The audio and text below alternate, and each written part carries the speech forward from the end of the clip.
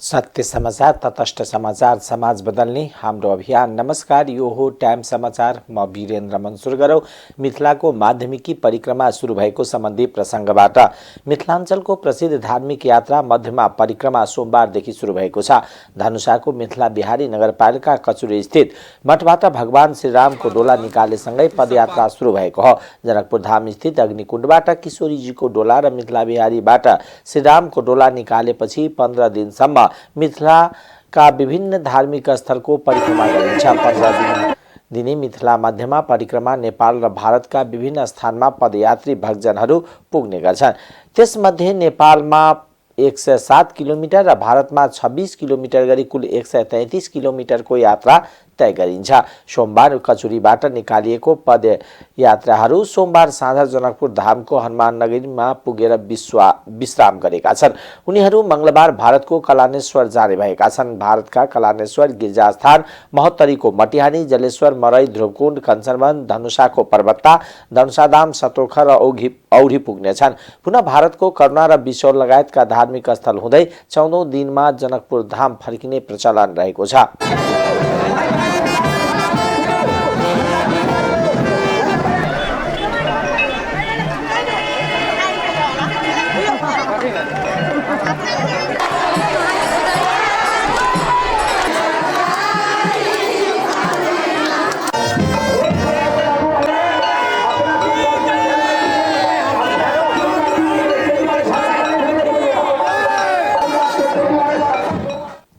मध्य प्रदेशका मुख्यमन्त्री सरोज कुमार यादवले 15 दिने मिथिला माध्यमिकी परिक्रमा सहभागी यात्रुहरूको लागि हरसम्भव सहयोग गर्न प्रदेश सरकार तयार रहेको बताउनु भएको छ। सोमबार धनुषाको मिथिला बिहारी नगरपालिकाले आयोजना गरेको परिक्रमा शुभारम्भ कार्यक्रममा बोल्दै मुख्यमन्त्री यादवले यस बृहत धार्मिक यात्रालाई व्यवस्थित गर्न स्थानीय सरकारसँग समन्वय गर्न प्रदेश सरकार तयार रहेको बताउनुभयो। यस कार्यमा सहजीकरणका लागि संघीय सरकारसँग आग्रह गर्दै मुख्यमन्त्री यादवले तीनै तहको सरकारले परिक्रमामा सहभागी हुने यात्रीहरूको व्यवस्थापन गर्नुपर्ने आवश्यकता रहेको बताउनुभयो।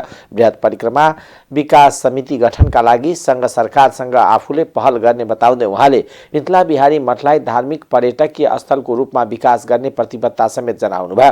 जनकपुर धाम आउने धार्मिक पर्यटकहरू मिथिला बिहारी मठमा पूजा दर्शन गर्दै धनुषा धाम जाने वातावरण बनाउनतर्फ सरकार पहल गर्न जरुरी रहेको उहाँको भनाइ थियो। मिथिला बिहारी नगरपालिकाका नगर प्रमुख राजेन्द्र प्रसाद यादवको अध्यक्षतामा भएको परिक्रमा शुभारम्भ कार्यक्रममा प्रदेश सरकारका उद्योग, पर्यटन, वन मन्त्री सुनिता यादव, प्रतिनिधि सभा सदस्य प्रतीक्षा तिवारी, प्रदेश सभा सदस्यद्वय शेष नारायण यादव, कुमारकान्त झा, बृहत्तर जनकपुर क्षेत्र विकास परिषदका अध्यक्ष शीतल शाह लगायतको उपस्थित रहेको थियो। चुरे तथा वन जंगल संरक्षण अभियानीहरूले विभिन्न 5 बुन्दे माग राख्दै फागुन 11 गते बिहीबारदेखि अनिश्चितकालीन धरना दिन लागेका छन्। हजारौंको संख्यामा उपस्थित भई फागुन 11 गते बिहीबार दिउँसो 2 बजेदेखि अनिश्चितकालीन धरना दिने सोमबार जनकपुर धाममा पत्रकार सम्मेलनको आयोजना गरी चुरे तथा वन जंगल संरक्षण अभियानका संरक्षक सरोज रायले जानकारी दिनुभयो। अभियानीहरूले सोही दिन मुख्यमन्त्री तथा मन्त्री परिषदको कार्यालय र जिल्ला प्रशासन कार्यालय अगाडि समेत प्रदर्शन गर्ने भएका हुन्। पत्रकार सम्मेलनमा रायले चुरे तथा वन जंगल संरक्षण अभियान र मध्य प्रदेश सरकार बीच भएको 7 बुँदे सहमतिका तत्काल कार्यान्वयन गर्न पहल गर्नुपर्ने, अवैध क्रसर उद्योगको गतिविधि उप तत्काल रोक लगाउन र दिलीप महतोलाई पर्यावरणीय शहीद घोषणा गर्नुपर्ने माग गरेका छन्। उनले भूमिहीन तथा सुकुम्बासीको आवासको हक मौलिक हकको रूपमा धारा 37 मा व्यवस्था भएको राज्यले गम्भीरताका साथ संविधानको कार्यान्वयनमा तदारुकता देखाउनुपर्ने आफूहरूको माग रहेको बताउनुभयो। उहाँले आफूहरूको मागप्रति संघ, प्रदेश र स्थानीय तह तथा सम्बन्धित निकाय सजग नभएकोले बाध्य भएर फेरि आन्दोलनमा उत्रन लागेको जानकारी दिनुभयो। उहाँले आफूहरूको माग पूरा गराउन आगामी दिनमा पनि शान्तिपूर्ण रूपमा धरना, दबाव सिर्जना गर्ने, 1 घण्टे चक्का जाम, ग्रासरुट मुभमेन्टका कार्यक्रम, गाउँ गाउँमा अभियान लगायतका थप संघर्षका कार्यक्रमहरू सार्वजनिक गर्ने जानकारी दिनुभयो। प्रतिबन्धित लागू औषध सहित प्रदेश सरकार मध्य प्रदेशबाट एक महिनाको अवधिमा 121 जना पक्राउ परेका छन्। आर्थिक वर्ष 79-80 को माघ महिनामा 84 वटा मुद्दा दर्ता भएको हुँदा 121 जना पक्राउ परेको मधेस प्रहरी कार्यालयले जनाएको छ। यस अवधिमा प्रहरीले गाँजा 68 किलो, 125 ग्राम, ब्राउन सुगर 17 ग्राम, 640 मिलिग्राम, चरस 29 ग्राम, हिरोइन 4 ग्राम, डाइलेक्स डीसी 119 लिटर बरामद भएको छ। त्यस्तै ट्याब्लेट 3058 पिस र इन्जेक्सन 2553 पिस बरामद भएको प्रहरी प्रवक्ता प्रहरी उपरीक्षक महेन्द्र कुमार श्रेष्ठले जानकारी दिनुभयो। महाशिवरात्रिको अवसरमा पशुपतिनाथ मन्दिरमा दर्शनका लागि आएका साधु सन्तको बिदाई गरिएको छ। सोमबार पशुपति क्षेत्र विकास कोषले छिमेकी देश भारतसहित अन्य मुलुकबाट पशुपतिनाथ आएका साधु सन्तहरूलाई बढीमा 200 रुपियाँदेखि 9200 रुपियाँसम्म दक्षिणा दिएर बिदाई गरेको हो। पशुपति क्षेत्र विकास कोषका कार्यकारी निर्देशक घनश्याम खतिवडाले सामान्य माग्दै हिँड्नेलाई 200 देखि सुरु गरेर नागा बाबासम्मलाई छुट्टा छुट्टै दरले बढीमा 9200 रुपियाँसम्म दक्षिणा दिएर बिदाई गरेको बताउनुभयो। उहाँले गुठी संस्थानले पहिला तोकेर पैसा दिने गरे पनि कोषलाई भने त्यो नियम लागू नहुने भएकोले साधुहरूको सम्मान स्वरूप दक्षिणा दिएर पठाएको बताउनुभयो। उहाँले साधुहरूलाई दक्षिण उहाँहरूको सम्मानको संकेत रहेको भन्दै साधुहरूलाई सबैले सधैँ सम्मान व्यवहार गर्नुपर्ने बताउनुभयो। शिवरात्रिको बेला साधुहरूले भक्तजनबाट पनि दक्षिणा पाएको र कोषको तर्फबाट पनि दक्षिणा स्वरूप साधु सन्तहरूलाई बिदाई गर्ने प्रचलन अनुसार दक्षिणादि सोमबार बिदाई गरिएको बताउनुभयो। साधु सन्तहरूलाई कोषले एउटा रुद्राक्षको माला सहित बिदाई गरेको छ। महाशिवरात्रिमा पशुपतिनाथ दर्शनका लागि छिमेकी देश भारत सहित अन्य मुलुकबाट पनि साधु सन्तहरू उपस्थित रहनु भएको थियो। गणना गरिसकेपछि हामीले औपचारिक बिदाई गर्ने गरेका छौँ। यसमा गुठी संस्थानले परम्परागत तवरले जति रकमहरू उहाँलाई दान दक्षिणाको रूपमा दिँदै आएको हो त्यो रकमको ठिक आधा पशुपति क्षेत्र विकास कोषले दिने गरेको छ र पशुपति क्षेत्र विकास कोषले चाहिँ 2068 सालदेखि मात्रै निर्णय गरेर दिने परम्पराको थालनी गरेको हो। गुठी संस्थानको परम्परा चाहिँ परम्परागत रूपमा रहिरहेको हो। प्रधानमन्त्री पुष्पकमल दाहाल प्रचण्डले शैक्षिक जनशक्तिको बढ्दो विदेश पलायन देशका लागि चुनौतीको विषय भएको भन्दै यसलाई रोक्न सबै जिम्मेवार बन्नुपर्ने बताउनु भएको छ। कास्कीको लेखनाथमा सोमबार आयोजित पोखरा विश्वविद्यालयको दीक्षान्त समारोहमा बोल्दै प्रधानमन्त्री प्रचण्डले जनशक्तिको विदेश पलायन रोक्न सम्बद्ध सबै पक्षले ध्यान दिनुपर्ने बताउनुभयो। उहाँले विश्व बजारमा प्रतिस्पर्धी र अब्बल प्रमाणित गर्न तपाईहरू बीचमा चुनौतीको चाङ भए पनि धैर्य संयमित र दूरदर्शी भएर पोखरा विश्वविद्यालय लगायत देशकै प्रतिष्ठा उँचो राख्नुहुनेछ भन्ने आशा र विश्वास मैले राखेको छु।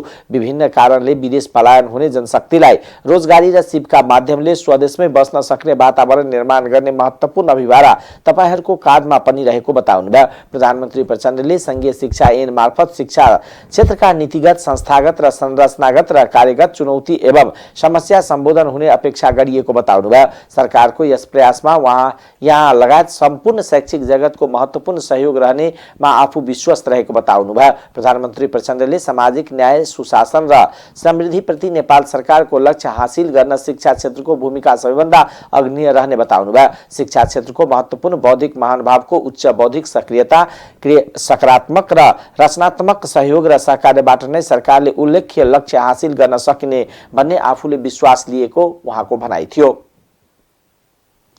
प्रधानमन्त्री एवं नेकपा माओवादी केन्द्रका अध्यक्ष पुष्पकमल दाहाल प्रचण्डले 12 बुन्दे समझदारी विस्तृत शान्ति सम्झौता र संविधान निर्माणका बेलामा एक ठाउँ उभिएका शक्तिहरू फेरि पनि एकै ठाउँमा उभिनुपर्ने बताउनुभयो। सोमबार दिउँसो पोखराको लेखनाथमा नेकपा माओवादी केन्द्र गण्डकी प्रदेश समितिको 6औं पूर्ण बैठकलाई सम्बोधन गर्दै प्रधानमन्त्री प्रचण्डले यस्तो बताउनु भएको हो। उहाँले देश राजनीति र आर्थिक रूपले अप्ठ्यारो परिस्थितिमा छ, राजनीतिमा दूषित हावा देखिएको छ, अर्थतन्त्र अप्ठ्यारो ठाउँमा छ। 12 बुन्दे समझदारी विस्तृत शान्ति सम्झौता र संविधान निर्माणका बेला जुन शक्ति एक ठाउँमा उभिएका थियो फेरि पनि ती शक्तिहरू एक ठाउँमा उभिनु आवश्यक रहेको बताउनुभयो। राष्ट्रिय सहमति मार्फत देशको समस्या समाधान गर्नुपर्छ। राष्ट्रपति र उपराष्ट्रपतिमा राष्ट्रिय सहमति होस् भन्ने हाम्रो चाहनाको अन्त्य पनि रहेको र राष्ट्रिय सहमतिका लागि विभिन्न विकल्प छन् र ठूला पार्टीका एक ठाउँमा उभिन नसक्ने अवस्था छैन उहाँले भन्नुभयो। राज्यका मुख्य ठाउँमा समझदारीका साथ अघि बढ्न सकिन्छ। हाम्रा लागि यही मान्छे हो भन्ने छैन। जहाँ सहमति हुन्छ त्यहाँबाट अघि बढौँ, तर ठूला दलहरू एक ठाउँमा उभिनुपर्छ भन्ने हाम्रो प्रष्ट मान्यता रहेको बताउनुभयो। वर्तमान सरकारले नागरिकहरूको अवस्था बदल्ने कुरालाई केन्द्रमा राखेर काम गरिरहेको प्रधानमन्त्री प्रचण्डको भनाइ छ।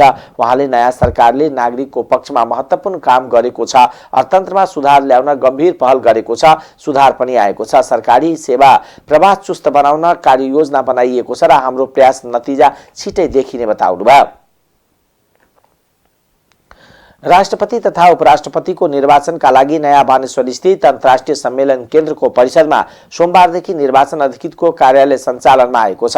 राष्ट्रपतिको निर्वाचन यही फागुन 25 गते र उपराष्ट्रपतिको निर्वाचन यही आगामी चैत 3 गते हुने गरी निर्वाचन आयोगले गत माघ 16 गते मिति तय गरेको थियो। सो परिसरमा सोमबार आयोजित कार्यक्रममा प्रमुख निर्वाचन आयुक्त दिनेश कुमार थपलियाले कार्यालयको उद्घाटन गर्दै उक्त निर्वाचनका लागि आयोगका तर्फबाट मतदाता नामावलीको अन्तिम सूची कार्यालयलाई उपलब्ध हुने र कार्यालयले स्वीकृत निर्वाचन कार्यक्रम अनुसार यही फागुन 10 गते मतदाता नामावली प्रकाशन गर्ने बताउनुभयो। उहाँले पछिल्लो राष्ट्रिय जनगणनाको प्रतिवेदन प्राप्त भई नसकेकोले विद्यमान कानून अनुसार 2068 सालकै राष्ट्रिय जनगणनाको परिणामलाई आधार मानी यस निर्वाचनमा मतभार कायम गरिएको जनाउनुभयो। प्रमुख आयुक्त थपलियाले राष्ट्रपतिको निर्वाचनको मतदानका दिन साँझ 7 गते भित्र मत परिणाम प्रकाशन गर्ने गरी तयारी भएको र कुनै पनि उम्मेदवारले बहुमत प्राप्त गर्न नसकेमा भोलिपल्ट फागुन 26 गते नै निर्वाचन गराइने बताउनुभयो।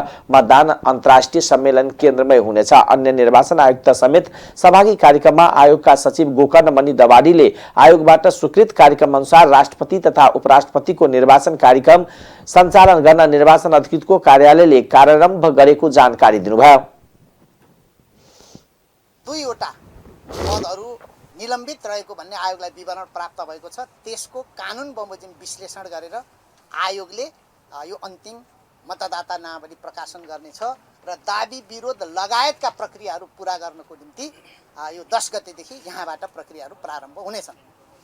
13 गते हामीले मनोनयनको मिति तोकेका छौँ र 25 गते सबै प्रक्रिया पूरा गरेर 25 गते 10 बजेदेखि 3 बजेसम्म यही निर्वाचन हुनेछ। हामीले 2टा मतदान केन्द्रको यहाँ व्यवस्था गरेका छौँ, प्रतिनिधि सभा सदस्यतर्फ र प्रदेश सभा सङ्घीय संसदका सदस्यतर्फ र प्रदेश सभा सदस्यतर्फ। यसको अर्थ के हो भने मतभार प्रदेश सभा सदस्यको मतभार र सङ्घीय संसदका सदस्यको मतभार फरक फरक हुने भएको हुनाले 2वटा चुन्न भइसकेपछि निर्वाचन सम्पन्न हुनासाथ हाम्रो अहिलेको योजना अनुसार हामीले 3 बजे निर्वाचन मतदान कार्य सम्पन्न गर्नेछौँ र 4 बजेदेखि मतगणना गरेर 7 बजे भित्रमा नतिजा चाहिँ परिणाम प्रकाशित गरिसक्ने गरी आन्तरिक तयारी गरिएको छ। हामीलाई विश्वास छ एउटै मतदान कार्यालय यो सम्पन्न हुनेछ। यद्यपि यदि अहिलेको कायम रहेको मतदाता जति हुनुहुन्छ त्यसको बहुमत सङ्ख्यामा यदि मतदान हुन सकेन, कुनै उम्मेदवारले मत प्राप्त गर्न सक्नु भएन भने 27 गतेदेखि उपराष्ट्रपति पदको यो चाहिँ निर्वाचन कार्यक्रम प्रारम्भ गर्नुपर्ने भएको हुनाले 26 गते निर्वाचन गरेर यसलाई सम्पन्न गर्नुपर्ने हाम्रो एउटा प्राविधिक र व्यावहारिक स्थिति रहेको कुरा म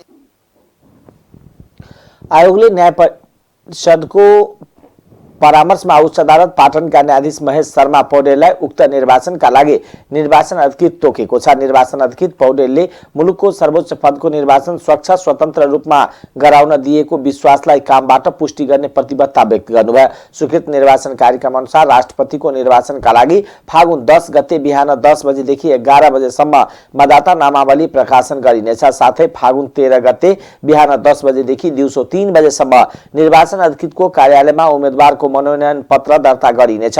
उपराष्ट्रपतिको निर्वाचनका लागि फागुन 27 गते बिहान 9 बजेदेखि दिउँसो 2 बजेसम्म उम्मेदवारको मनोनयन पत्र दर्ता गर्न लगायतका कार्यक्रम तय गरिएको छ। वर्तमान राष्ट्रपतिको पदावधि 2079 फागुन 28 गते र उपराष्ट्रपतिको पदावधि आगामी चैत 3 गते समाप्त हुँदैछ। संविधान बमोजिम राष्ट्रपति र उपराष्ट्रपतिमा फरक लिङ्ग र समुदायबाट प्रतिनिधित्व हुनुपर्नेछ। नेकपा माओवादी केन्द्रका महासचिव देव गुरुङले दल विशेषका व्यक्तिलाई राष्ट्रपति बनाउन नसकिने बताउनु भएको छ। पार्टीको पदाधिकारी बैठक बस्नु अघि पत्रकारसँग कुरा गर्दै गुरुङले संविधानमा दलको व्यक्तिलाई राष्ट्रपति बनाउन कल्पना नै नगरिएको बताउनुभयो। गुरुङले दल विशेषलाई राष्ट्रपति बनाउन सकिँदैन र राष्ट्रपति राष्ट्रिय एकताको प्रतीक रहेको बताउनुभयो। दलहरूको सिफारिसमा हुन्छ तर साझा सहमति बन्न सक्ने व्यक्ति हुनुपर्छ। सबैले समर्थन गर्न सक्ने व्यक्तिलाई राष्ट्रपति बनाउनु पर्ने र दलको क्यान्डिडेटलाई मान्न नसकिने बताउनुभयो। संस्कृति पर्यटन तथा नागरिक उड्डयन मन्त्री सुदन किरातीले त्रिभुवन विमानस्थलको अध्यागमनको काम कारबाहीप्रति असन्तुष्टि जनाउनु भएको छ। सोमबार पर्यटन बोर्ड गैर आवासीय नेपाली संघ लगायतको संयुक्त रूपमा काठमाडौँमा आयोजना गरेको कार्यक्रममा मन्त्री किरातीले विमानस्थलका समस्याहरू अध्यागमनले समाधान गर्नुपर्ने र त्यसो हुन नसके रिपोर्ट आउने भन्दै असन्तुष्टि जनाउनुभयो। अहिले मोबाइल ल्याउने व्यवस्था 50 ग्रामसम्म सुन ल्याउन पाउने व्यवस्थामा सरकारको नीति विपरीत अध्यागमनको नियन्त्रणमा लिने काम गरेको उहाँको भनाइ छ। उहाँले विमानस्थलको सर्भर डाउन हुँदा हजारौं यात्रु समस्यामा परेको भन्दै अध्यागमनले समयमा नै समाधान गर्न सकिने बताउनुभयो। त्यस्तै मन्त्री किरातीले काठमाडौँ उपत्यकाका साथ सम्पदा जोड्ने गरी छुट्टै बस सेवा सञ्चालन गरिने र केही प्रक्रियागत ढिलाइ भइरहेको धारणा राख्नुभयो। मन्त्री किरातीले हरेक सम्पदाको सर्किट बनाएर नेपालीपनको पर्यटन विकास गर्नुपर्नेमा जोड दिनुभयो। संस्कृति सहितको रैखाने ज्ञान स्वाद र स्वामित्व सहितको पर्यटनको हामीले विकास गर्नु। रैखाने स्वाद र स्वामित्वलाई पर राखेर हामीले विकास गर्नु खोज्यौँ भने त्यो विकास आत्मनिर्भरको विकास हुँदैन। हामीले बनाएको ठुलो होटलमा हाम्रो उत्पादनसँग हामीले जोड्न सक्यौँ भने न सबैजना एकैचोटि धनी हुने रहेछ। हामीले खोलेको होटलमा सबै चिज विदेशमा उत्पादन भएको राखेपछि त हाम्रो देशमा त फोहोर र श्रमको त पहिचान गरिन्छ। त्यस कारणले हाम्रो पर्यटनसँग उत्पादन आफ्नो बारीमा कसैले घाँस काटिदियो भने साह्रो रिस उठ्छ क्या। निकायहरूमा गएर अड्किराखेको छ। कसैले एक कोदाले खनिदियो भने पनि त्यो पनि रिस उठ्छ, त्यो साँप मिच्यो भनेर क्या। अहिले एयरपोर्टमा समस्या हो, सर्भर डाउन भएर मान्छे लथाली त्यसरी सचिव लागेको त्यो काम अध्यागमन के को इमिग्रेसन अध्यागमनको हो। अब यो हवाई जहाज र एयरपोर्टको मन्त्री चाहिँ सुदन किराती भएर छिन्छ। त्यो अध्यागमनलाई छुइसक्नु छैन। मोबाइलले खुसी दिन्छ, हामीलाई नै खोज्नु पर्छ। गर्नुपर्छ त उता हो। 50 ग्राम सुन ल्याउनु पाउँछ भनेको छ, त्यो पनि खुसी दिन्छ, फेरि हामीलाई नै खोज्नु रातभरि।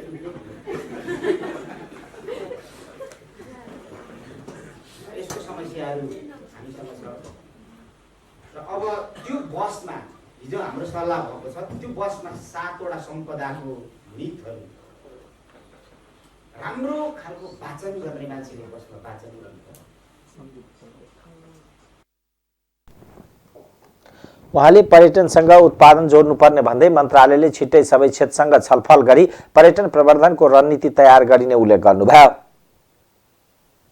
प्रतिनिधि सभाका सभामुख देवराज घिमिरेले अब संसदको ध्यान प्रभावकारी ऐन कानून निर्माणतर्फ केन्द्रित हुनुपर्ने बताउनु भएको छ।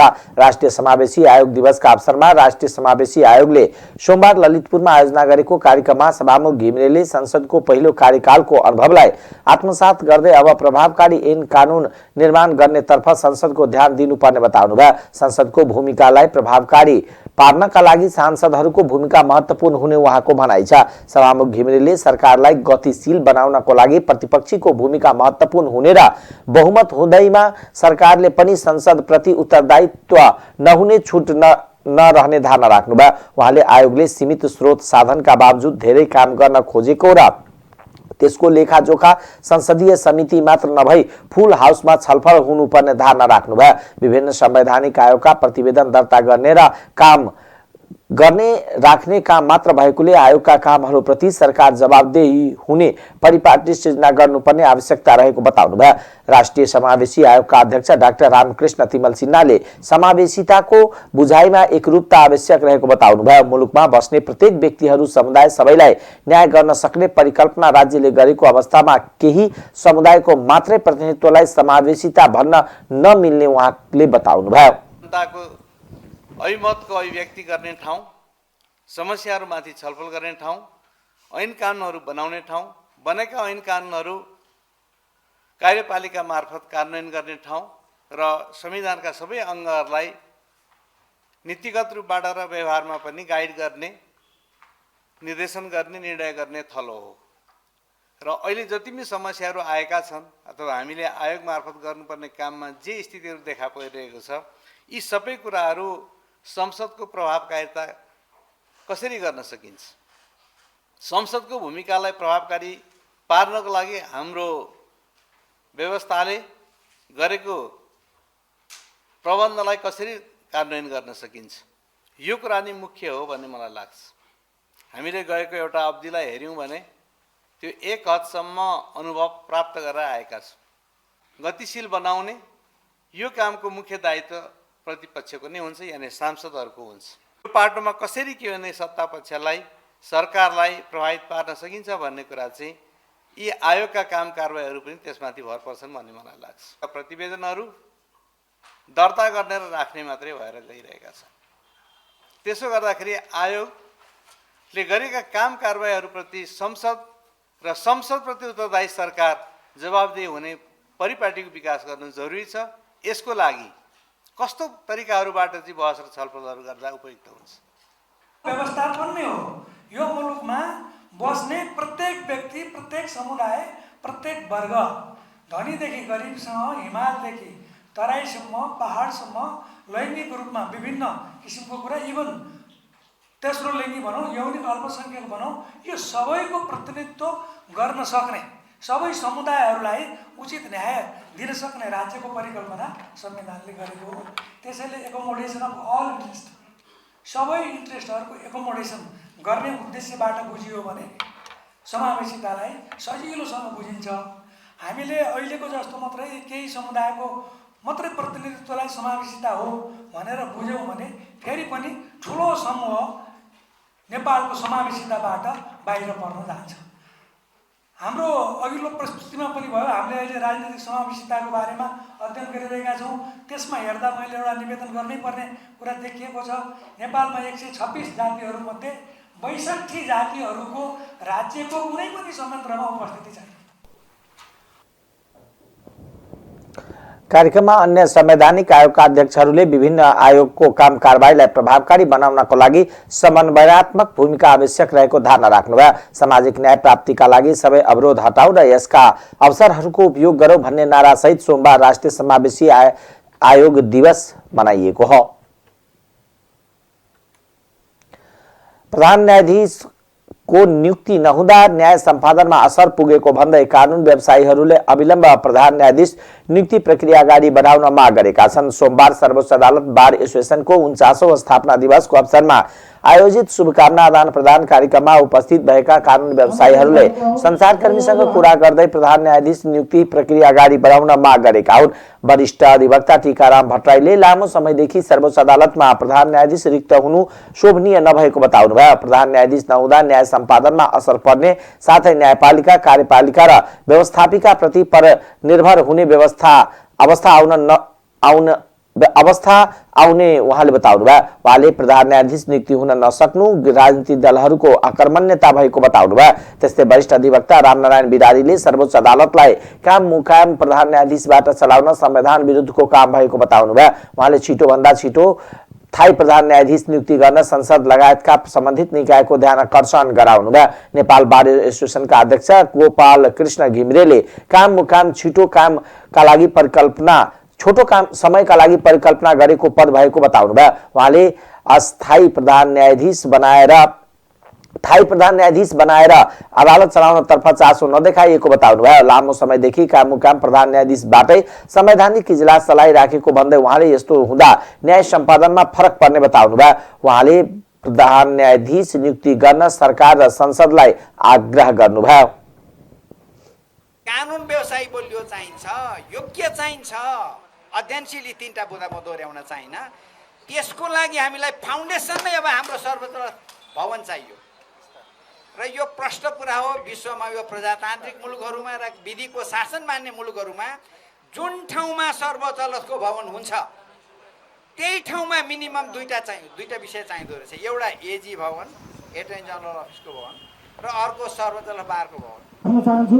र त्यस्तै गरिकन अब आज पनि हामी त्यस्तै सर्वोच्च अदालत बार एसोसिएसनका अध्यक्ष हरिशंकर निरौलाले कायम मुकाम प्रधान न्यायाधीश लामो समय सर्वोच्च अदालत चलाउनु उचित नभएको बताउनुभयो। उहाँले संवैधानिक इजलासको नेतृत्व प्रधान न्यायाधीशले नै गर्नुपर्ने बताउनुभयो। कायम मुकामले निडर भएर गुणस्तरीय फैसला गर्न नसक्ने उहाँको भनाइ छ। प्रधान न्यायाधीश नियुक्ति प्रक्रिया यथाशीघ्र अगाडि बढाउन उहाँले माग गर्नुभयो। अब आर्थिक समाचार।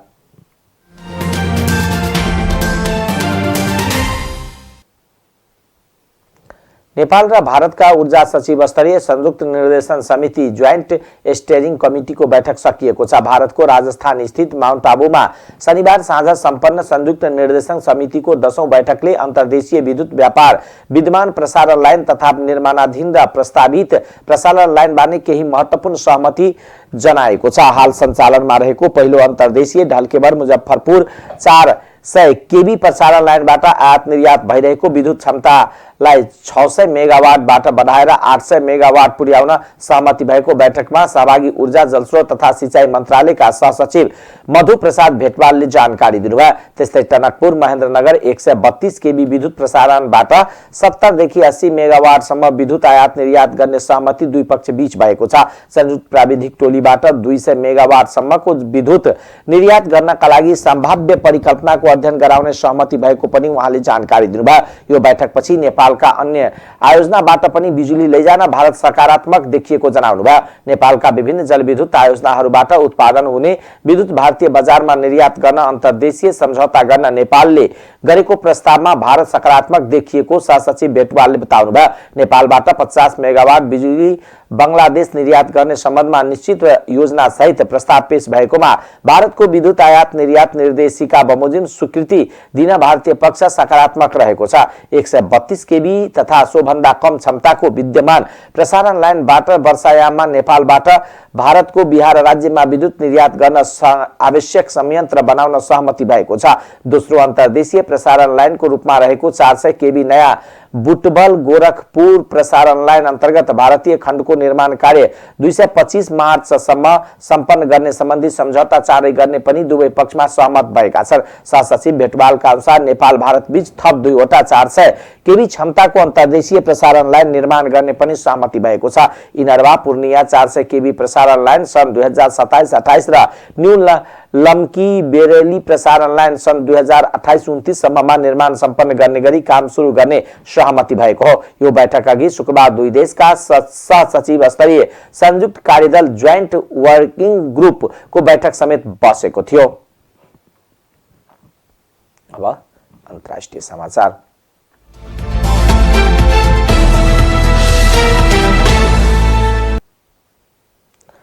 टर्कीमा गएको भूकम्पका कारण भत्किएका संरचनामा परेकाहरूको खोजी र उद्धार कार्य सकिएको छ। गएको माघ 23 गते गएको भूकम्पमा परेकाहरूको खोजी कार्य सकिएको टर्की सरकारलाई उद्धृत गर्दै कतारको संचार माध्यम अल जजिराले जनाएको छ। भूकम्पमा परेर टर्कीमा 40,642 जनाको ज्यान गएको छ। टर्कीको सीमामा रहेको सिरियामा यस अघि नै खोजी कार्य सकिएको घोषणा गरेको थियो। सिरियामा 5,800 जना भन्दा धेरैको ज्यान गएको छ। टर्की भूकम्पका कारण दुवै देशमा गरी ज्यान गुमाउनेको संख्या 46,000 नागेको छ। विश्व स्वास्थ्य संगठनले दुवै देशमा गरी कुल 2,60,00,000 जना भन्दा धेरै मानिसलाई तत्काल राहत आवश्यक रहेको बताएको छ। टर्कीको कहराम नगरलाई केन्द्रबिन्दु बनाएर गएको 7.8 र 7.5 रेक्टर स्केलको भूकम्पबाट अकल्पनीय क्षति भएको संयुक्त राष्ट्र संघले जनाएको छ। अमेरिकाले रुसलाई घातक खालका हतियार दिएर सहयोग नगर्न चीनलाई आग्रह गरेको छ। चीनिया विदेश मन्त्री वाङ यीसँग जर्मनीको म्युनिख भएको भेटवार्ताका क्रममा अमेरिकी विदेश मन्त्री एन्टोनो ब्लिङ्कनले युक्रेन विरुद्ध युद्ध रहेको रुसलाई घातक हतियारको सहयोग नगर्न आग्रह गर्नुभएको हो। चीनले रुसलाई थुप्रै घातक हतियार दिने योजना बनाएको दाबी गर्दै कहिले यस्तो काम गरेको खण्डमा अमेरिका चीन बीचको सम्बन्धमा समस्या आउने सन्देश दिएको अन्तर्राष्ट्रिय सञ्चार माध्यमले जनाएका छन्। चीनले रुसलाई उपलब्ध गराउन लागेको हतियारहरूको विस्तृत विवरण अमेरिकाले छिट्टै सार्वजनिक गर्ने पनि उहाँले दाबी गर्नुभयो। चीनले भने पश्चिमा देशहरूलाई युद्ध अन्त्य गर्न बाटो खोज्न आग्रह गर्ने जनाएको छ। अमेरिकी आकाश पुगेका चिनिया बेलुन अमेरिकाले खसालेपछि दुई देश बीच सम्बन्ध चिसिएको बेला चिनिया विदेश मन्त्री वाङ र अमेरिकी विदेश मन्त्री क्लिङ्गन बीच भेटवार्ता भएको हो। अब खेलकुद समाचार।